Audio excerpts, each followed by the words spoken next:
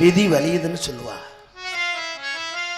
அந்த குழந்தை 56 தேசத்துக்கு சக்கரவர்த்திக்கு பிறந்து இளவரசனாக வேண்டியவன் காசி கஷேத்திரத்திலே காலகண்ட பகவான் வீட்டிலே அடிமையாய் இந்த கானகத்தில் வந்து அனாதையா சாகணும்னு விதிச்சிருக்கா. பார்த்தாளா?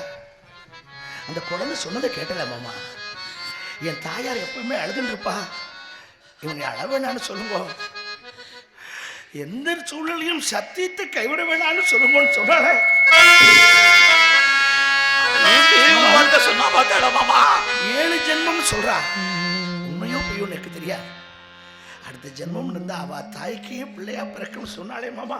இன்னைக்கு குழந்தைகளை நெஞ்சு பதறது மாமா. இவன் எங்கேயும் விட்டு போக முடியாது மாமா.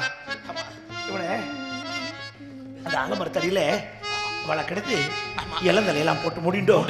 அவன் மேல ஒரு கல்லை வச்சிருவான். ஆடு மாடுகள் திங்காத இளந்தலையா ஒடிச்சுட்டு போடு.